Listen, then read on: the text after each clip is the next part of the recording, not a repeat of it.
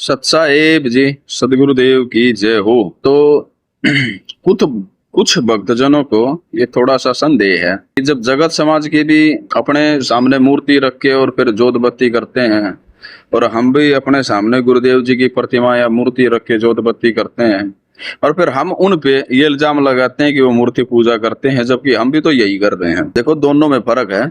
जो ऐसा वहां कर रहे हैं वो चलो ठीक है, लेकिन समझो बात को, ये घर में मूर्तियां रखना आवश्यक है। मूर्तियां सत्कार योग्य हैं, आदर योग्य हैं। उनको प्रेम दें, प्यार दें, सम्मान दें, क्योंकि उन्हीं को देख कर ही हमें, जैसे जिसकी भी मूर्ति होगी, हमें उनकी याद आती है, उनके किए गए कृत्यों की, या उन्होंने उनके द्वारा बताई गई बातें हमें स्मरण रहती हैं। जैसे अगर हमारे सामने गुरुदेव जी की प्रतिमा रख के हम जोत बत्ती करते हैं, गुरुदेव जी ने बताया भी है कि अगर प्रतिमा अपने इष्ट देव के, अपने गुरुदेव के ऊपर वाले रखने में रख के भी नीचे वाले में ज्योति लगाते हैं, ताकि उसमें आग ना लगे या फिर कोई नुकसान होने की संभावना ना हो।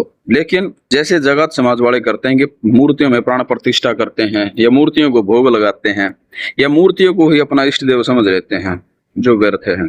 ठीक वैसे ही कुछ भक्तजन अगर ऐसा करते हैं कि जैसे मूर्ति को ही अपना गुरुदेव मान लिया, मूर्ति को ही भगवान मान लिया, मूर्ति के लिए सिंहासन बना रहे हैं, मूर्ति को ही हम भोग खवा रहे हैं, मूर्ति के लिए हम टीका लगा रहे हैं, तो भाई ये गुरुदेव जी द्वारा बताए गए सत्संगों के माध्यम से ही मुझे तो ये निरर्थक लगते हैं। आपको आपके अंदर भगवान ढूंढने हैं। मूर्तियां तो सिर्फ आपके लिए है, इतना काम करते हैं जैसे बच्चे को तख्ती पर टकने लिखते हैं, ताकि उसको याद रहेगा कि हाँ, टकना ऐसा होता है और ऐसे अक्षर बनता है। सेम वैसे ही अक्षर को घुमा के बनाना होता है। जैसे ए अनार लिखना है तो नीचे ए लिखा होगा, तो उनको 10 बार, 50 बार, 100 बार लिखेंगे टकने के ऊपर से, तो उनको पता लग जाएगा कि ऐसी बनावट है। ठीक उसी प्रकार के हम बार बार जब जोत बत्ती करेंगे तो हमको सामने गुरुदेव जी के, अपने इष्ट देव की प्रतिमा दिखेगी, तो हमको पता लग जाता है कि हमारा दिमाग अंदर अंदर काम करना शुरू कर देता है। फिर वो जो बाहर जो हमको इमेज दिख रही है, जो मूर्ति दिख रही है, वो हमारे दिल में, हमारे दिमाग में लग छप जाती है।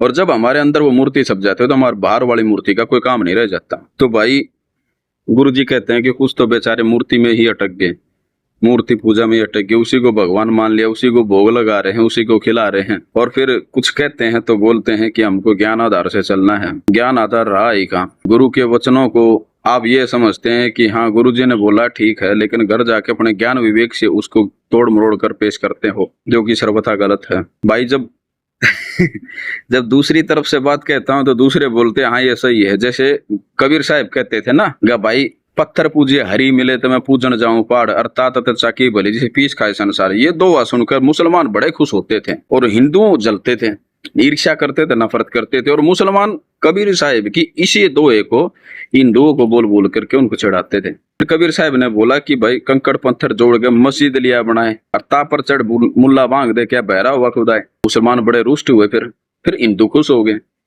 और हिंदू उनको यही दुआ बोल बोल के चढ़ाते हैं। अरे मूर्खों, दोनों के लिए कबीर साहब ने कहा कि दोनों ही व्यर्थ हैं। तो सेम वही है, मेरी वीडियो में देख रहा हूँ कुछ दोनों तरह से इस्तेमाल करी जा रही हैं, जबकि मैं जो बात बोल रहा हूँ मैं अपने भी परमात्मा के ज्ञान आधार से जैसा मुझे समझ में आया वैसा बोल रहा हूँ। भाई अगर किसी का स्तर मेरे ज्ञान से ऊपर है तो मुझे इग्नोर करें, आपके लिए वही बच्चा है। जय हो बंदी छोड़, सच्चा है।